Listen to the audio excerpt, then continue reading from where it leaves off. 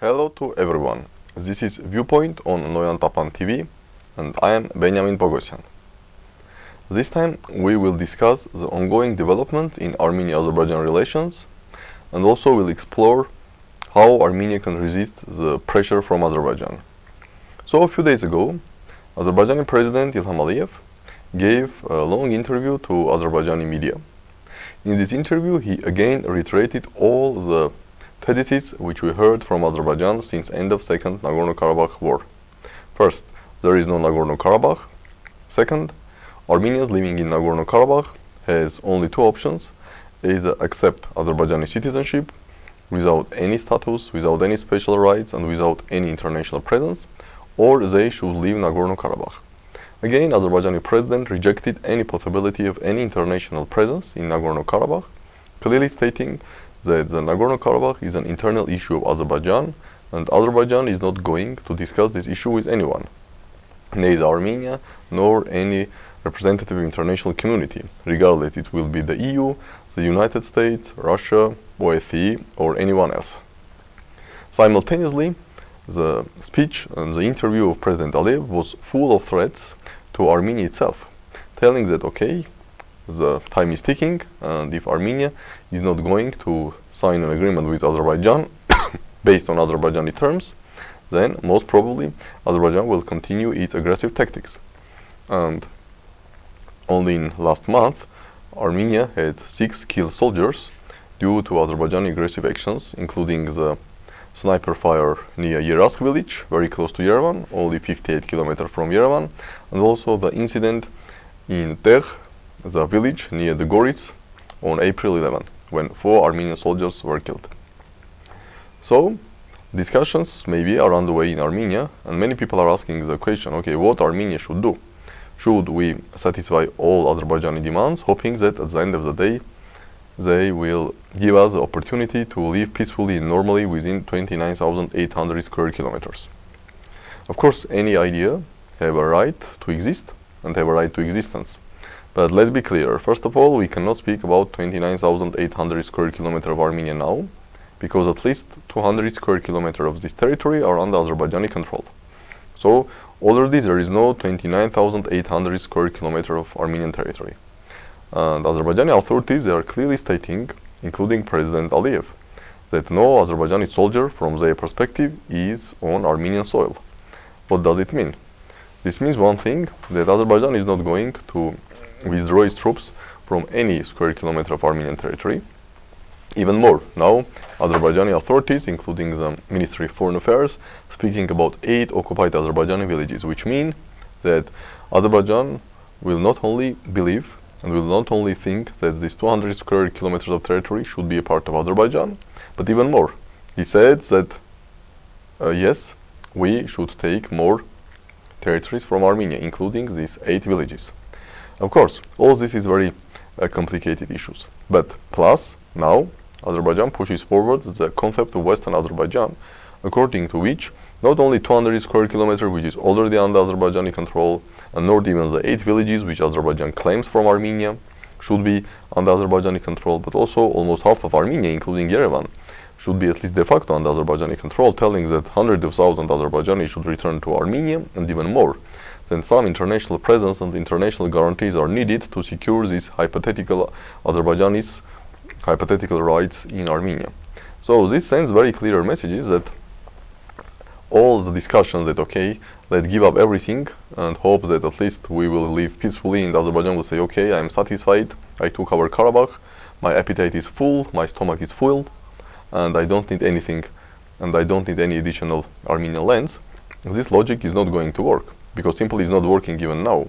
Again, as I mentioned, yes, there is no 29,800 square kilometers of Armenia now. We have only 29,600 square kilometers of Armenia.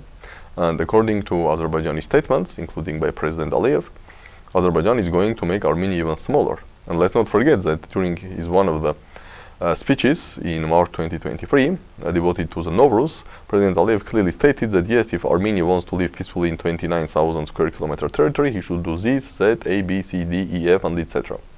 Some people said, okay, maybe this was some mistake, like President Aliyev forgot that Armenia is not 29,000 square kilometers, that Armenia is 29,800 square kilometers. But we should understand that the speeches of the president, especially on this important occasion like Nowruz, they are not unprepared, they are prepared very well. So the message of Ali was very clear that, okay guys, if you want to live peacefully, you should not only forget about Nagorno-Karabakh, but you should also forget about some territories of Armenia. 800 square kilometers, but maybe even more.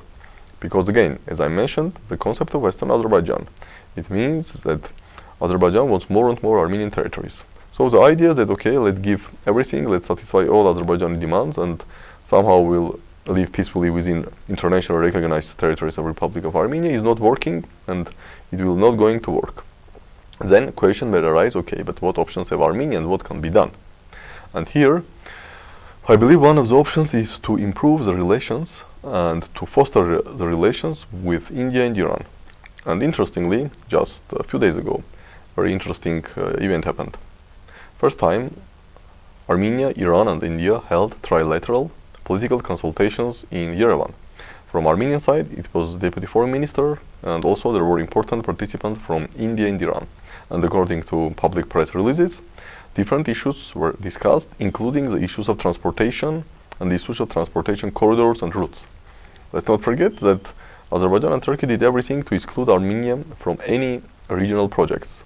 Baku-Tbilisi-Ceyhan oil pipeline bypasses Armenia. Baku-Tbilisi-Erzurum gas pipeline bypasses Armenia. Baku-Tbilisi-Kars railway bypasses Armenia. This was a deliberate policy, and from Azerbaijan and Turkish perspective, Armenia has zero chances to be included in any regional project if it does not accept all Azerbaijani and Turkish demands. However, there is one project where Azerbaijan and Turkey has no veto power, and when Armenia can be part, while Azerbaijan and Turkey can be excluded.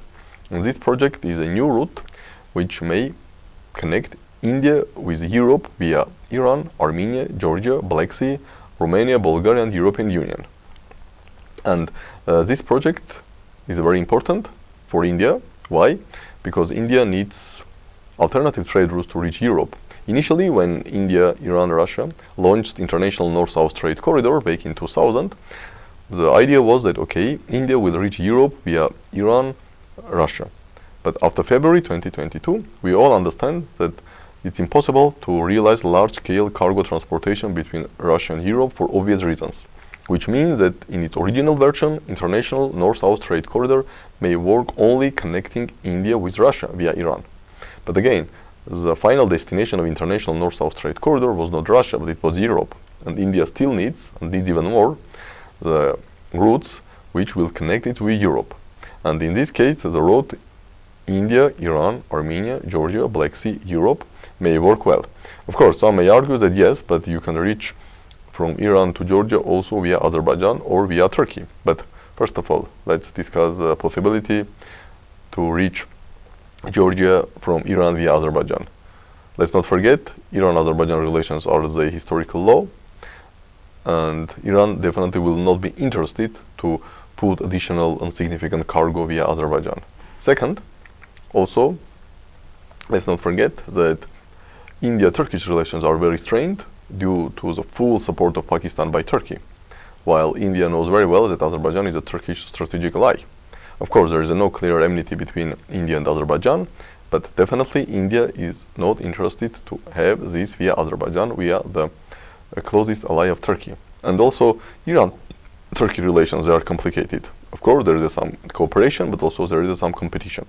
So all discussions that, okay, India-Europe route may pass via India, Iran, Azerbaijan, Georgia, Black Sea, or India, Iran, Turkey, Black Sea is not going to work. And also, let's not forget about geography, because route from Iran and Turkey is very complicated. There are no sufficient border crossing checks. There is no railways, etc., etc., etc. So the only viable option for India to reach Europe alternatively, circumventing Suez Channel, and also avoiding this Russia-West confrontation, is this India, Iran, Armenia, Georgia, Black Sea route. And these trilateral political consultations held in Yerevan are the first important step towards the launching this route. And here the key task for Armenia is to push forward, to be very active, not only to launch these trilateral consultations within Ministry of Foreign Affairs, but also to try to establish working groups or at least consultations within Ministries of Economy, Ministries of Transportation, and etc. So this format, India, Iran, Armenia, should be developed further. And this is one option how Armenia can counter this pressing Azerbaijani and Turkish pressure, not to implement all their wishes and dreams, which will definitely will have catastrophic implications for Armenia, but also not to be powerless and give Azerbaijani opportunities that, okay, if Armenia is not going to do whatever we want through peaceful means, then we simply will launch war and force Armenia to do everything which we want through war.